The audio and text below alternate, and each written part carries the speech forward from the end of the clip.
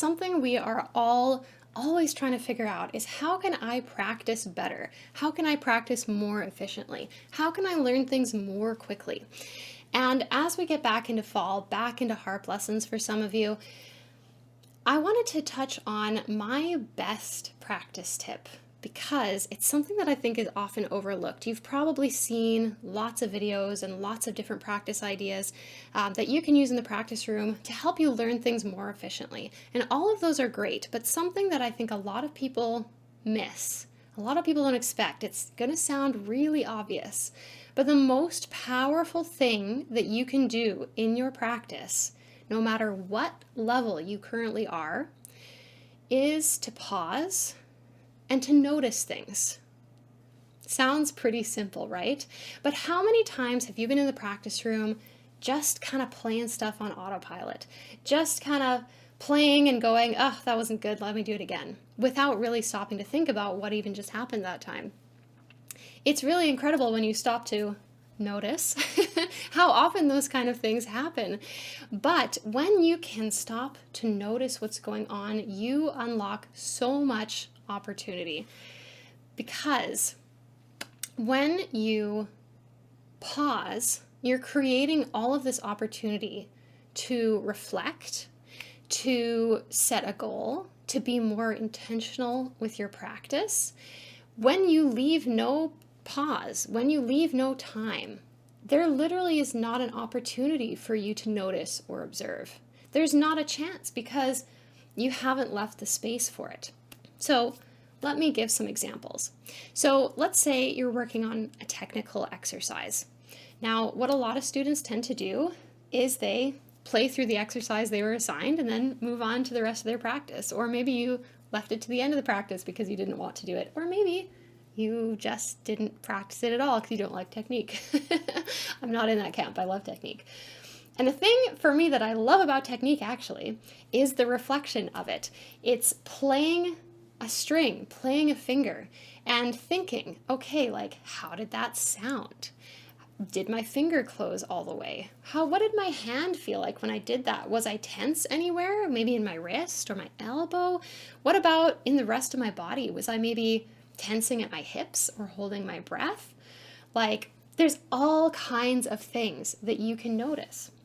And so just, there's a few examples I gave there about like, are your fingers closing all the way? That's a big one for harp. What's the height of my thumb looking like? We're always talking about thumbs up, right? Maybe if you're a habitual elbow drooper, maybe it's, noticing where was my elbow that time when I played. Maybe it's just listening. Maybe you're working on a rolled chord and you're listening for, could I hear all the notes in the chord that I was rolling? If not, well, maybe I'm going to try again and listen again, see if I can hear it this time. If not, here's the next big one.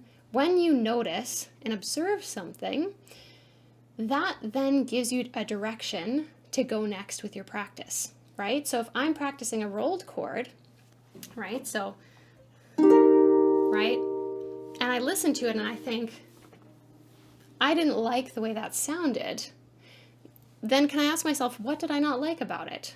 Okay, well, I couldn't hear all of the notes in the roll. Okay, well, what would be a different way I could practice this to help me achieve that goal? So maybe then I'm gonna play my 3 notes of the chord really slowly and then a little faster. Right? And kind of work my way up in speed, just as one example. So when we make a mistake, it's not something to beat ourselves up about. It becomes a way forward. It becomes like, okay, well, if that's the thing that I don't like right now, what can I do about it? What can I do next to address that? So another example is, let's say you're working on a piece of music and you notice, see what I did there? You notice that there's one spot in that piece of music that you're always tripping up. You can't get through it fluently. Then you have the opportunity to again pause, take a step back, think, okay, well, I know that's always the place that I get tripped up. So maybe this time, if, let's say, I'm playing a piece and it's 2 pages long.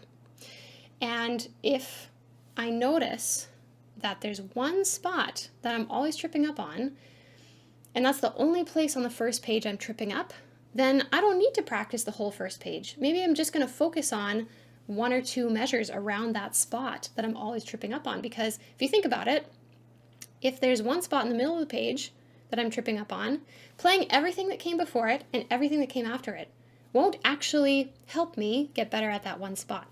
So once I've noticed that trouble spot, I can make a decision to just focus in on that little section. Maybe it's because there's a transition there, and maybe I'm just going to take 1 bar on either side of the transition and really kind of work it out. Maybe I'm going to practice how I place my fingers. Maybe there's whatever practice strategies you like to use, you can use them, and you can make decisions on how you want to use them because you've noticed that trouble spot there. So if you are not sure what you should be paying attention to, there's a couple of things that you can do. So number 1, if you are taking lessons with a teacher, and hopefully they've taken some notes for you, you can go back to the notes that your teacher took for you and see, what did they write? And then, so maybe they wrote, keep your thumbs up. So you can say, okay, I'm going to play this one more time and I'm going to pay attention to my thumbs. And I'm going to notice, how high are they? Are they getting too low? What's going on there? And just be open to that observation. Another really cool thing about when you do this is that when you just pay attention to something, it magically gets better without you doing anything. Maybe that sounds too good to be true, but as a teacher, I see it all the time. A student will play something for me, and I'll notice maybe something about their technique. Maybe their wrist is moving a lot while they play. I won't tell them that though. I'll just say, can you play that one more time? And just notice what your wrist is doing. And they play it again, and their wrist is much more stable. They didn't know that's what I was getting at, but it's amazing. The power of attention, the power of noticing, the power of observing. So again, if you're not sure what to notice, check what your teacher told you. That's always a good one. Maybe there's something that you know you've struggled with in the past. That's something you can maybe check in with. Am I still struggling with it now? If not, awesome. That's great. Another thing maybe you could do is just play and just keep an open mind. Is there anything that jumped out at you about what you just played? And will that inform what you want to practice next? And if you want some more ideas, I actually have a PDF handout. There's going to be a link to where you can download it in this video description. So there's some more ideas you can maybe keep on your music stand of things to just kind of pay attention to, see if you can notice now and then in your practice. So that's my number 1 best practice tip. It's simple, but deceptively so. It's simple, but it's not always easy to do because it's so easy to just fall back into playing on autopilot. But if you can start to just give yourself time to pause, notice what's going on while you're practicing, it can really, really, really speed up your practice and how fast you learn things. So I hope you'll give that a try, put it into practice. And if you're in the market for a new harp teacher, my studio is currently accepting new students. So if you'd like to see if we'd be a good fit, you can schedule a call with me using the link that is in the description below this video. So maybe I'll be hearing from you. And either way, bye for now.